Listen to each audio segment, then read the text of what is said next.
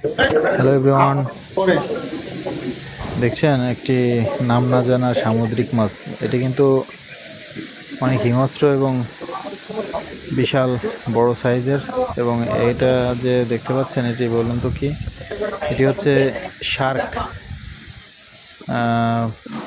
বা যেটাকে হাঙর মাছ বলা হয়।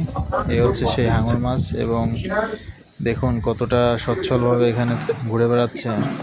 এই দেখুন কত বড় একটি কচ্ছপ, অনেক বয়স্ক এবং দীর্ঘদিন শত বছরের এই কচ্ছপ।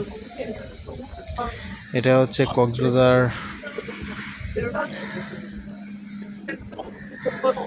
ফিশ